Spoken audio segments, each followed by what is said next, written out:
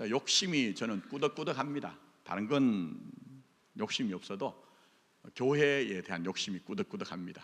그래서 이제 주일날 설교 보통 준비를 할 때 A4로 한 30매 이상을 타이핑을 합니다.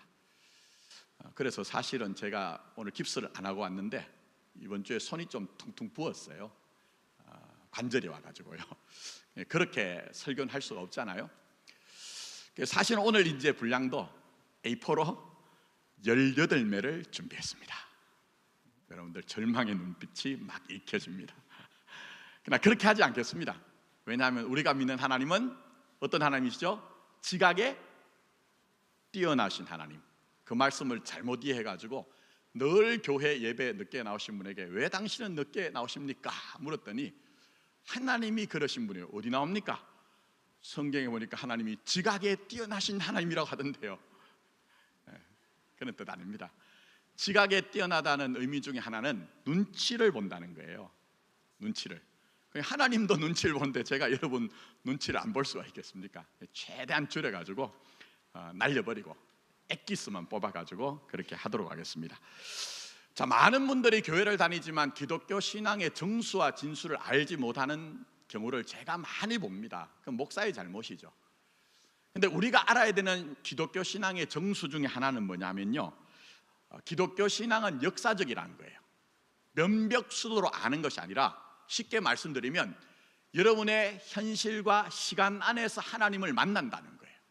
우린 그 하나님을 믿는 겁니다. 그래서 성경의 내용들이 바로 그렇거든요. 그래서 성경에 뭐를 많이 담고 있습니까? 역사를 많이 담고 있습니다. 역사를 담고 있습니다.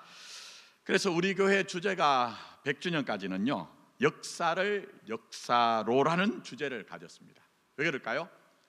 성경에 나오는 이스라엘 역사를 보니까요 영광스럽지만은 않습니다. 성공만 있는 게 아닙니다. 오히려 더 큰 부분에는 실패가 있고 수치가 있습니다. 자, 그러나 그런 인간의 역사 안에 하나님이 자신의 구원을 담아서 구원은 이것이라고 하나님의 역사하심으로 우리를 설득하고 이해를 하십니다. 제가 왜 이렇게 말씀드립니까? 솔까말이라고 얘기하더라고요. 솔직하게 까놓고 말하자면 우리의 지난 10여 년 이상은 전혀 영광스러운 현실이 아니었습니다. 저는 제 인생 개인적으로도 살면서 목사로서 한 번도 꿈꾸지 않은 수치와 두려움, 불안이 제게 있었고 제가 목회했던 지난 10년의 세월 주님의 몸인 우리 교회도 마찬가지였습니다. 자, 그러나 없는 것으로 외면하지 말라고 하십니다. 그렇게 해서는 우리가 한 걸음도 나갈 수 없다, 깊어질 수 없다, 하나님의 구원의 영광을 담아낼 수 없다고 우리에게 말씀하고 있습니다. 그래서 오늘 읽었던 말씀 보시면 그게 뭐라고 그렇게 우리에게 말씀합니까? 이거 하나하나 다 해석하고 적용해야 되겠지만 그렇게 하지 못하고 기억하라, 생각하라, 뭐라 하라고요? 물으라는 거예요. 뒤집어 보십시오. 광야 40년 역사 세월은 제가 말씀드리지 않아도 불평과 원망과 거역의 역사였습니다.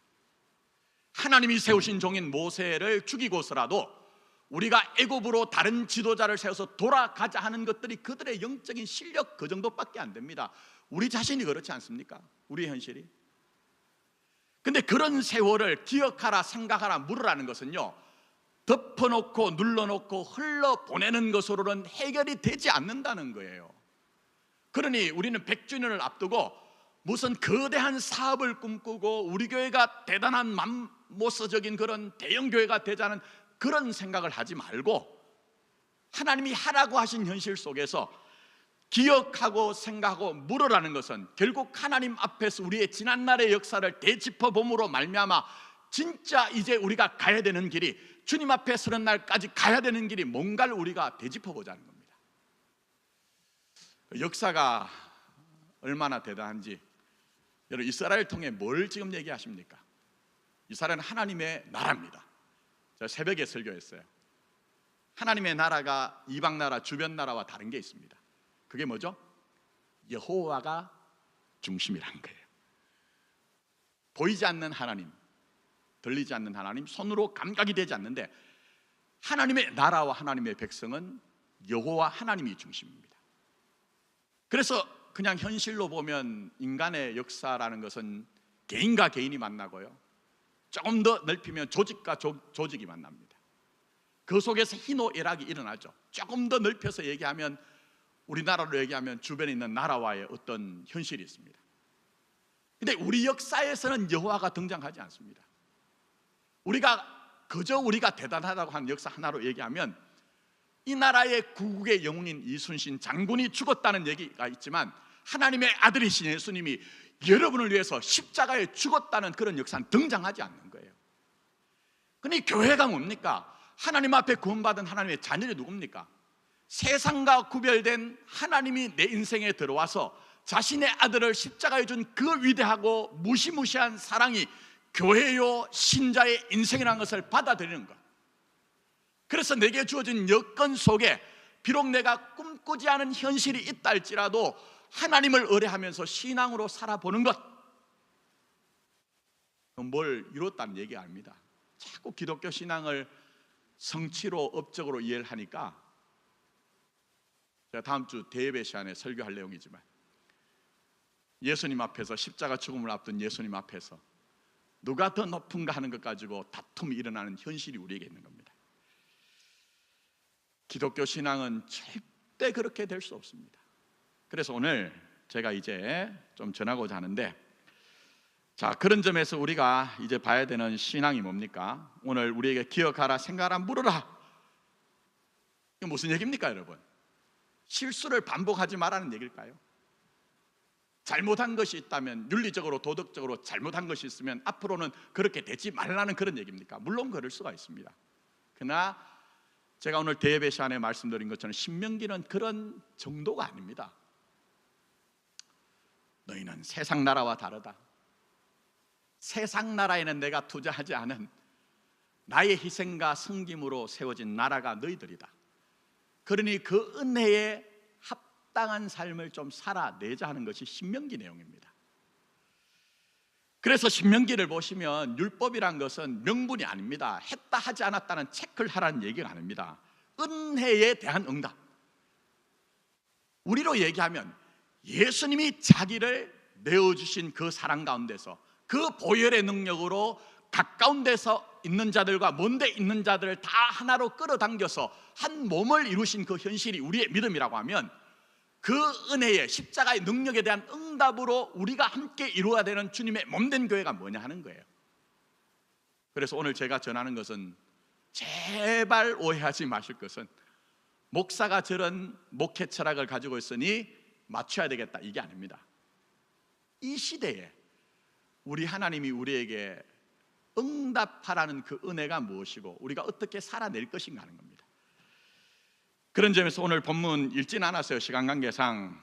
자, 보시면 모세가 이제 광야 시기를 지나서 가나안 땅에 들어갈 사람들에게 교훈을 주는데, 기억하라, 생각하라, 물어라, 덮어두지 마라, 흘러보내지 마라, 그런 의미라고 말씀드렸는데, 그러나 이건 말씀드린 것처럼 명분이 아닙니다. 하나님의 은혜에 대한 응답이라고 말씀드렸습니다. 자, 눈으로만 여러분이 10절 한번 보십시오. 자, 읽지 않은 10절이에요. 여호와께서 그를 황무지에서 짐승같이 부르짖는 광야에서 만나시고 호위하시며 보호하시며 자기의 눈동자같이 지키셨다 얘기하는데, 이건 광야 40년 세월의 은혜 아닙니까? 호위하다는 말은 주위를 다 둘러싸고 있다는 거예요. 비록 광야의 현실은 먹을 것이 없고 마실 것이 없고 어디로 가야 될지 모르고 우리가 신은 신발이 다 헤어질 지경인데, 신명기 8장 3절에 말씀하신 것처럼 너희들은 그 길을 달려올 때에 굶지 않았다, 헐벗지 않았다, 너희의 신이 그 험한 광야길에서 부르터지 않았다, 그렇게 말씀하셨잖아요. 여러분, 저는 요즘도 지난 세월을 돌아봅니다. 제 목양실에 앉아서 말씀드린 것처럼 설교 준비할 때 저는 만만찮게 씨름하거든요. 그럴 때마다 지난 세월을 돌아보면, 하나님, 정말 제가 가진 실력과 조건으로는 엎어질 수밖에 없었습니다 하는 인정 성복이 나옵니다. 가끔 통곡합니다. 진짜 통곡합니다. 그런 점에서 하나님이 보이지 않아도 여러분을 호위하여 오신 겁니다. 우리 교회를 둘러싸서 하나님이 이곳까지 우리를 이끌어 주신 것입니다. 이걸 우리가 믿는 거예요. 딴 걸 믿는 게 아니고요. 자기 눈동자같이 지켰다고 하죠. 우리 신체에서 제일 감각이 빠른 게 뭘까요? 눈입니다. 눈입니다. 저기서 만약 돌 하나가 뭐가 날라오는데 우리 머리로 날라오네, 큰일 났다, 눈 감아야지, 손 내밀어서 막아야지, 이러면 벌써 퍽! 그 다음 주에 여기 눈 한쪽이 시커멓게 돼가지고 제가 그 눈으로 펜다곰처럼 돼가지고 여기 서면 여러분들은 오해하시죠. 아유, 목사님이 사모님을 너무 속을 끓였더니 드디어 사모님이 인내하고 기다리다가 드디어 한 방 때렸구나. 눈은 빠릅니다. 눈은 빠릅니다. 눈동자같이 보호하신대요. 교회가 중요하기 때문에, 여러분의 영혼이 중요하기 때문에. 자, 그 다음에 11절 12절을 읽지 않습니다. 눈으로 한번 보십시오. 독수리가 자기의 보금자리를 어지럽게 하여 자기의 새끼 위에 너풀거리며 그 날개를 펴서 새끼를 받으며 그의 날개 위에 없는 것 같이, 이렇게 얘기합니다. 그러니까 독수리가 자기 새끼를, 이것은 실제적인 얘기가 아니고요, 시적인 얘기입니다. 독수리가 자기 새끼들이 태어나면 그 날개를 펴서 둥지 안에 있는 자기 새끼들을 보호하는 것처럼, 또 새끼들의 날개는 여전히 연약하기 때문에 자기 스스로 날지 못할 때에 어미 독수리가 그 새끼를 전부 물어서 자기의 날개 위에, 어깨 위에 그렇게 엎어서라도 강을 건너는 것처럼, 산을 건너는 것처럼 하나님은 교회를, 자기 백성을, 자기의 자녀들을 그렇게 지키셨다고 얘기를 하고 있는 겁니다. 왜요? 여러분은 하나님의 아들이고 딸이기 때문에 그렇습니다. 다른 이유와 조건은 아무것도 없는 것입니다. 그리고 13절은 뭡니까? 이스라엘로 하여금 땅의 높은 곳을 타고 다니게 했다. 이거 광야길 얘기입니다. 광야의 험한 그 길 가운데 이스라엘 백성들은 말씀드린 것처럼 불평과 원망과 거역만이 그들의 실력이요 본질이요 실존이었지만 하나님이 그들을 그것을 건너서 약속의 땅을 주셨다는 그런 얘기입니다. 자, 그럼 무슨 얘기입니까? 제가 이 얘기를 길게 설명드리지 못하지만 교회가 뭡니까? 내가 뭘 했느냐 하는 것이 먼저가 아니라 하나님이 지난 세월 동안 우리 교회에, 우리 인생에 베푸신 하나님의 은혜에 대한 응답이 있어야 되는 것이 교회라는 거예요. 재직이 뭡니까? 여러분에게 주신 그 직분이 여러분에게 세상적인 영예요 명예입니까? 그렇지 않습니다. 지금까지 여러분의 인생에 두르신 하나님의 은혜에 대한 응답으로 내 인생이 비록 겨자씨만큼 그렇게 크지 못한 인생이지만 나로 하여금 하나님의 나라의 영광에 참여한다는 감격과 성복과 믿음을 가지고 감당해야 되는 일이 재직이라는 일입니다. 이거 놓치면 안 됩니다. 우리의 지난날의 모든 아픔, 여기에서 출발한 거예요. 여기에서 출발한 건 아닙니까, 여러분? 목사가 이렇게 센 얘기하는 것은 그동안의 역사 세월을 돌아보면서 잘못을 반복하면 안 된다는 정도가 아니라 그것 때문에 깊어져야 되기 때문에 그렇습니다. 그것 때문에 교훈과 책망과 바르감과 의로 교육한 것으로 우리에게 주어진 현실 때문에 전보다는 쉽게 말씀드리면 나아진 쪽으로 가야 된다는 거예요. 나아진 쪽으로. 그래서 여러분 에베소서 보시면 나오죠. 도덕질한 자는 어떻게 하라고요? 도덕질한 것으로 멈추는 것이 아니라 자기 손으로 수고하여 가난한 사람을 구제할 수 있도록 하라고 한 거예요. 잘못한 것을 인식하고 잘못한 것을 회개하는 정도가 아니라 대안적인 삶을 살아내라. 세상 사람들도 도덕과 윤리를 가지고 우리가 이것을 잘못했구나 하는 정도로 뉘우침으로 그렇게 할 수 있는 것은 예수 없는 세상도 얼마든지 하는 것이다. 그러나 너희의 인생에는 내가 살아서 함께하지 않느냐? 그러니 너희의 역사와 시간을 통해서 한 걸음 더 나가보자고 우리에게 지금 당부를 하고 계신 겁니다. 그런 점에서 제가 이제 앞뒤로 돼 있는 것을 설명드리는데, 이거 정리하기 위해서 사실 논문 쓰는 만큼 했습니다. 제가 저희 교회 올 때 10년 전에 목회학 박사 논문 쓰고 있었는데 푹 하고 지나갔습니다. 수료로 끝났는데 저희 애들이 저한테 하는 말이 있어요. 아빠는 설교 준비하는 만큼만 애정과 열심을 가졌으면 벌써 박사학위 쓰고도 남았을 것이다. 그렇습니다. 그래서 이것도 상당한 양인데 그냥 간단하게 볼게요. 제가 저희 교회 오면서 밝혔던 목적, 사명, 6대 비전, 하버 미니스터리는 폐기가 아니라 우리의 형편에 맞지 않습니다. 제가 가졌던 그 비전은 어릴 때부터 신학 전공하면서 제가 하나님 앞에서 기도했던 내용입니다. 그러나 여러분 아시죠? 중병을 앓았던 사람에게 띠라고 할 수는 없습니다. 틀렸다는 게 아니고요. 우리는 참 아픈 세월을 보냈습니다. 이제 회복되고 있습니다.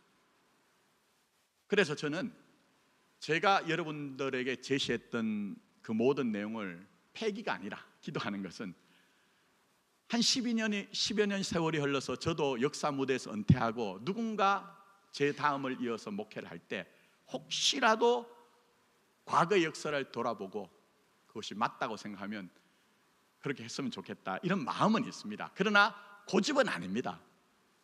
제가 만약 그런 고집을 가지고 생각하고 판단해서 제 연한을 따라 목회가 끝났는데 누군가 제 후배가 목회를 하러 왔는데 짠하고 펼쳐내고 이것 하라고 하면 말도 안 되는 얘기죠.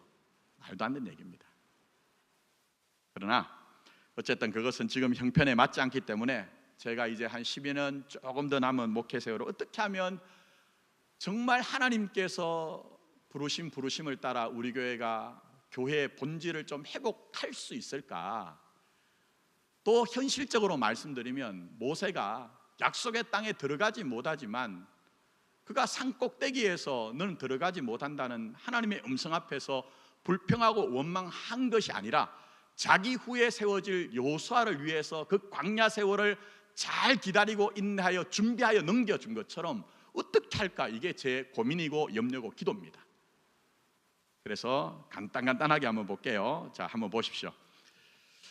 과업 중심에서 복음의 본질과 가치 지향으로, 이게 무슨 얘기냐?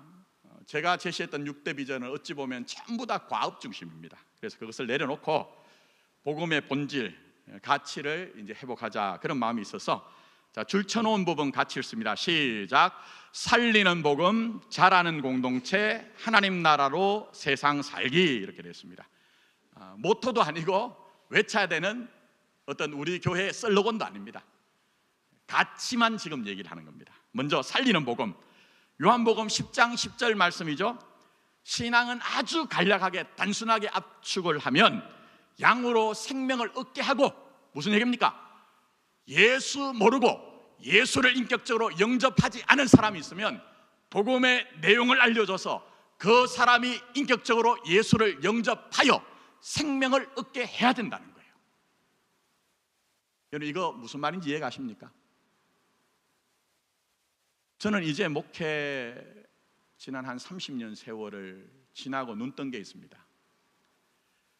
왜 성경에서 말씀하신 그 영광이 주님의 몸된 교회에서 보여지지 않을까? 물론 거기에는 고린도 교회처럼 그게 우리의 현실입니다. 그러나 제 마음속에 가끔은 저분은 저러시면 안 되는데, 저만한 직분으로 교회에서 부르심을 받았으면 저러면 안 되는데, 그런 마음이 들 때 뭐가 생각나냐 하면 혹시라도 저분이 예수를 못 만난 것은 아닌가, 거듭나서 생명을 얻지 못한 것이 아닌가.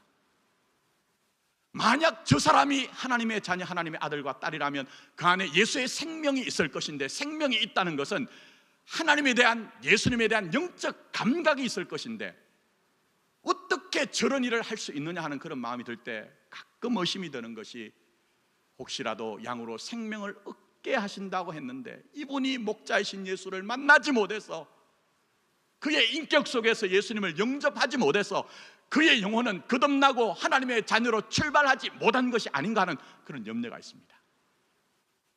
지금까지도 그랬지만 예수 안 믿는 사람은 저는 예수를 전할 거예요. 그래서 그 사람으로 하여금 인격적으로 예수를 만나고 예수님의 이름 앞에 무릎 꿇게 하는 일에 집중할 겁니다. 그러나 또 하나 있죠. 생명을 얻었으면 어떻게 하라는 겁니까? 더 풍성하게. 한국교회 문제는 성도들이 자라지 않는다는 겁니다. 그게 가장 키워드입니다.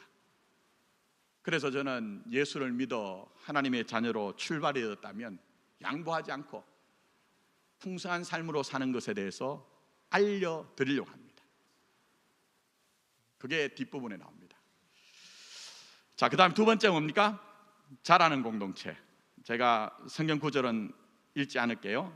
자, 거기 보시면 뭐라고 해놨습니까? 한 가족 되기 이렇게 해놨습니다. 설명은 다 제하고 오늘 제가 전도사님 기도 제목 낼 때 제가 사실은 기도 제목 줬습니다. 제 목회관이 거기 있기 때문에 그렇습니다. 자, 사도 바울은 교회를 몸으로 비유합니다. 머리는 누구시죠? 예수님. 그 몸의 지체는 누구시죠? 바로 여러분 같은 성도들을 얘기하고 있습니다. 근데 여러분 한번 잘 생각해 보십시오. 제일 중요한 건 뭡니까? 머리 없이 몸은 안 된다는 거예요. 기도 제목 내셨던 것처럼 팔 한쪽 없어도 살 수 있어요. 불편해도. 다리 한쪽 없어도 불편해서 살 수 있어요. 오늘 제가 타이핑을 너무 많이 해가지고 관절이 부어가지고 어쩔 수 없이 가서 거금 16만을 들여서 지난주에 주사 맞고, 혹시라도 그렇게 깁스하고 서면 성도들 중에 또 혹시라도 시험 드시는 분이 있을까 해서 그거 풀고 왔지만 불편해도 살 수 있어요. 그러나 교회의 운명은 예수입니다. 극간 목사 그거 뭐 위대한 목사를 찾겠다고. 목사 없어도 기독교 교회사를 보면 교회는 성립이 되고 견뎌내고 운영이 됐습니다. 교회와 성도의 운명은 머리이신 예수에게 있는 겁니다. 그 다음에 또 하나, 우리 가끔 보면 참 한가족 되어 사는 것이 쉽지가 않습니다. 저도 저희 애들이 참 만만찮게 귀여운 놈들이었는데요, 저희 교회 와서 솔직하게 애들 없으니까 말씀드립니다. 죽이고 싶더라고요. 여러분 그 느끼시죠? 여러분 다 부모들은요 살다 보면 그런 때가 있거든요. 그것도 그냥 죽이는 것이 아니라 때려 죽이고 싶을 때가 있어요. 나 그렇게 못하죠. 왜요? 가족이니까. 여러분 보십시오. 제가 제 손 불편하다고 했습니다. 타이핑도 사실은 지난주에 잘 못했어요. 그러면 제가 타이핑을 해야 되는데 타이핑 못한다고 뿔따구가 나가지고 어디서 날선 도끼를 가져와가지고 제 손목을 잘라내면 되겠습니까? 안 되겠습니까? 안 되겠죠. 무거운 깁스를 해서 제 목에 걸고라도 고쳐질 때까지 견뎌내야 되는 거예요. 하나님 안에서 한 가족이 된다는 건 그겁니다. 물론 다 허용한다는 건 아닙니다. 저는 분명한 사람이기 때문에 신앙 원리에 어긋나는 것은 눈꽃만큼도 저는 참지 못합니다. 가끔 설교할 때 어떤 분이 저한테 그래요. 목사님 왜 이렇게 화를 내시냐고. 다 이유가 있습니다. 그러나 근본적으로는 우리는 하나님 안에서 한 가족이기 때문에 기다려주고 인내하고 견뎌내면서 함께 지어져가는 교회, 함께 지어져가는 그런 이제 가족이 돼야 되는 겁니다. 자, 세 번째가 뭡니까? 하나님 나라로 세상 살기 이렇게 되어 있습니다. 자, 성경 구절은 읽지 않을게요. 여러분, 기독교 신앙은 분리된 게 아닙니다. 나누어진 것도 통합하는 거예요. 제가 말씀드린 것처럼 교회가 뭐냐 할 때 먼 데와 가까운 데 있는 그들이 절대 만날 수 없는 운명 안에 있지만 예수의 십자가라는 그 능력 안에서 그들이 하나가 되었다고 하는 것처럼 우리가 지금 나누어져 있는 모든 것들이 있죠. 성, 속, 예배당, 그 다음 바깥에는 세상. 이건 구분하기 위한 하나의 임의의 구분일 뿐이지 크신 하나님 안에서는 구분된 게 아무것도 없습니다. 근데 목사들이 자꾸 그런 쪽에서 설교를 함으로 말미암아 성도들이 어떻게 합니까?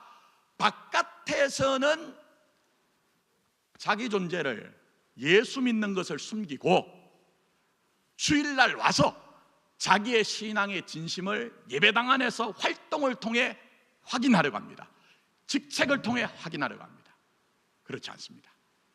그래서 마지막 거기에 보시면 하나님 나라로 세상 살기 이웃되기란 건 뭐냐면 여러분이 꼭 합치되는 것은 아닙니다. 그래서 긴장도 있고 고민도 있고 염려도 있고 때로는 힘든 것도 있지만 예배당 안에서 예수쟁이로 사는 것처럼 어디서요? 세상에 나가서도 좋은 이웃이 되어서 하나님 나라로 살자, 그런 뜻이 여기에 있는 겁니다. 자, 이 정도로 가치는 또 앞으로 말씀드릴 부분이 있으니까 정리를 하고, 자, 그 뒤로 한번 넘어가 보시죠. 빨리 넘어갈게요. 자, 좋은 강사는 늦게 시작하고 많은 분량을 준비해도 빨리 끝내는 겁니다. 자, 목회 철학이 뭐죠? 이건 여러분들을 향한 저의 마음이고 제가 앞으로 10여 년 동안 이 방향으로 가겠다는 겁니다. 자, 하나님의 영광을 위해, 그 다음 뭐죠? 성도의 영혼을 위해. 이건 떨어져 있는 것이 아니라 하나님의 영광을 위한 것이 곧 성도의 영혼을 위한 것이란 겁니다. 자, 제가 왜 하나님의 영광을 위해 이렇게 했냐면요, 저는 비전의 사람이었습니다. 조국 교회가 저에게 그렇게 가르쳤기 때문에 그렇습니다. 그러다 보니 신앙이 어떤 결과를 낳느냐, 저는 목회라는 행위를 통해 어떤 결과가 제 전부였습니다. 그러나 하나님이 두드려 깼습니다. 거룩한 비전이란 이름으로 나를 끌어당겨 우상처럼 사용하지 말라는 하나님의 준원한 음성을 실제로 저는 들었습니다. 그렇게 하면 결국 네가 너 자신에게 속게 된다. 신앙을 되면 교만하고 안 되면 좌절할 수밖에 없는 것이다. 결과로 너의 목회를 보지 마라. 결과를 신앙으로 성도들에게 설명하지 말아라. 변화가 되든 안 되든 결과가 있든 없든 성경에서 얘기하는 것처럼 너희들의 인생의 교회의 목적은 하나님의 영광을 위한 것 하나밖에 없다. 그래서 사도 바울이 뭐라고 얘기합니까? 우리는 사나 죽으나 주를 위해, 그거 얘기하는 거예요. 근데 우리의 지난날은 이 목사도 그렇고 성도들도 때로는 참 아프지만 하나님의 영광이 목적이 아니었던 경우가 있습니다. 그래서 하나님의 영광입니다. 자, 그러면 하나님의 영광을 목사인 저는 어떻게 목회 현장에서 구현하고 또 여러분은 어떻게 함께 동력할 것인가? 성도의 영혼을 위해서입니다. 제가 멋진 목사, 아름다운 목사, 대단한 목사로 드러나기 위해서 목회하는 게 아니고, 제가 이러니 아부하는 것이 아니고, 정말 여러분은 하나님의 나라에 천국에 가야 되는 사람이기 때문에 양보하지 않고, 때론 여러분들이 저를 볼 때 저 목사는 어떻게 저렇게 성질머리가 고약하냐 그런 소리가 들려진다 해도 여러분의 영혼을 위해서 목회를 하겠다는 거예요. 그게 뭡니까? 첫 번째는 온전한 예배자입니다. 교회 기능은 여러 가지지만 그러나 요한계시록 보면 이 땅에 있는 것들은 다 없어집니다. 잘 생각하셔야 됩니다. 교회에 오셔서 교육하는 것도 없고요, 교회에 와서 봉사하는 것도 없고요, 유일하게 요한계시록에 있는 것은 예배밖에 없습니다. 그럼 뭘 생각해야 됩니까? 우리 교회 제일 중심은요, 여러분들이 예배자가 되는 거예요. 근데 그 예배자가 되는 것에 대해서 요한복음 4장 제가 짧게 말씀드릴게요. 하나님은 이런 사람을 찾는다. 어떤 사람이냐? 뭐와 뭐로 예배드리는 자라고 하죠? 영과 진리로. 근데 영이 뭡니까? 제가 거기 영어로 써놨는데, 만약 성령이라고 하면 영어 대문자를 써야 됩니다. 근데 원어를 가장 가깝게 번역한 영어 성경을 보면 소문자 스피릿을 쓰고 있습니다. 그 말은 뭐냐 하면요, 여러분이 이 예배당에 나와서 예배를 때 다윗이 내 영혼을 하나님 앞에 드린다고 한 것처럼 여러분의 속 깊은 곳에 있는 영혼으로 응답하며 반응하는 예배가 되도록 해야 된다는 겁니다. 이걸 위해서 우리는 우리의 그동안의 경험이나 지식들을 내려놓을 필요가 있습니다. 정말 한 영혼이 하나님 앞에 그 영혼으로 응답하기 위해서라면 심지어는 이 목사가 설교하지 않아도 돼요. 하나님의 그런 뜻이 있다고 하면. 왜요? 한 영혼이 살아나게 하기 위해서. 그 다음에 뭐라고 합니까? 진리입니다. 진리가 뭡니까? 나는 길이요 진리요 생명이니 예수 의지하면서 예배 드릴 수 있는 그 사람 예배자 세워놓는 것, 이게 제 목적입니다.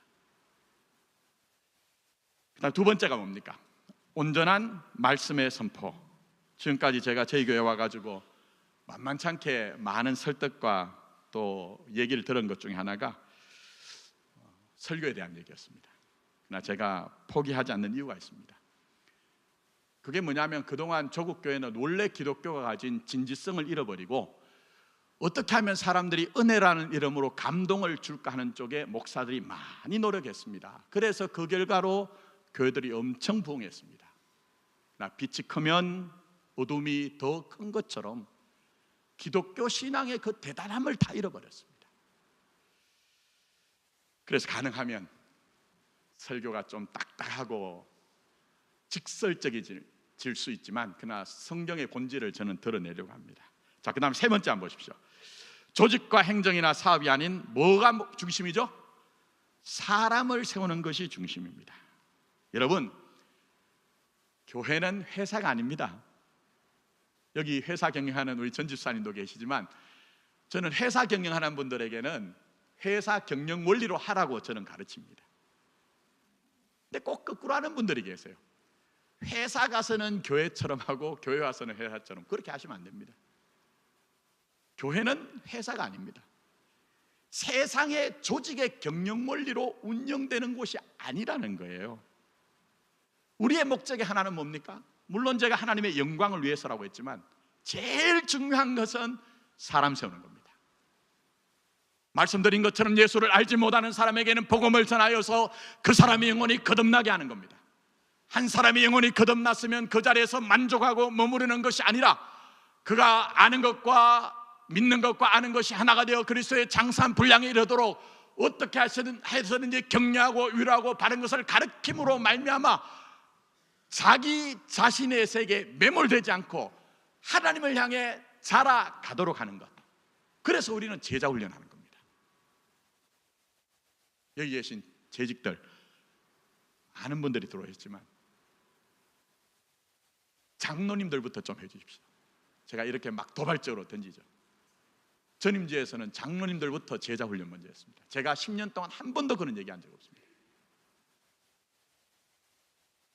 하나님은 직분자들을 제가 목회를 하다 보니까요, 축복의 통로로 사용하기를 원했어요. 근데 그런 하나님의 뜻이 있음에도 불구하고 직분자들이 때로는 축복의 통로가 아니라 축복의 장애물이 되는 경우가 많습니다. 그건 목사부터 먼저입니다. 우리가 그것을 잘 이해하면 교회는 조직이 아니다, 행정이나 사업이 중심이 아니다, 사람 세우는 것을 돕는 것이 조직이요 행정이도 사업이라는 것만 생각하면 우리 마포교회는요, 제가 지금 아직도 바꿔내지 못한 게 있는데 주일날 회의하지 않을 거예요. 제가 전에 몇 년 전에 장로님 아시죠? 주일날 회의하지 맙시다, 당회하지 맙시다고 제의했어요. 그리고 원래 결정한 게 뭐냐면 토요일날 우리가 당회하고 주일날은 정말 하나님 앞에 우리가 예배하고 사람 세우는 일에 집중합시다 했거든요. 놓쳐버리면 안 됩니다. 만약 제가 이런 본질을 잃어버렸다면 와서 따끔하게 얘기해 주십시오. 저는 그럴 땐 유치부 어린아이라도 제게 얘기하면 옳다고 합니다. 자, 그 다음 한번 보십시오. 성숙한 신앙인으로 자라기. 이건 뭐 다 연결되어 있기 때문에 제가 더 설명드리지 않겠습니다. 신앙은 각오와 결단, 열심이 아닙니다. 그보다 더 큽니다. 그래서 예수님과의 관계에서 성숙한 신앙인으로 자라도록. 자, 그다음에 다섯 번째 한번 보십시오. 가정의 확장으로서의 교회 해놨는데 교회는 말씀드린 것처럼 조직이 아니에요. 하나님의 가족이에요. 그런데 교회가 복음의 본질을 벗어나면 마치 사업을 하는 조직체처럼 됩니다. 그런 점에서 우리는 한 가족이 가족이란 운명 안에 묶여 있을 때에 좋은 것은 서로 격려하고 부족한 것은 서로 그죠? 위로하고 그렇게 해가지고 자라도록 하는 것처럼 우리 교회가 거기에 힘써야 되는 겁니다. 그래서 가정의 확장으로서 교회라고 했는데 성경에서 보시면 그렇기 때문에 교회에 나온 사람들을 직분으로 안 부르죠. 로마서 한번 보십시오. 어떻게 합니까?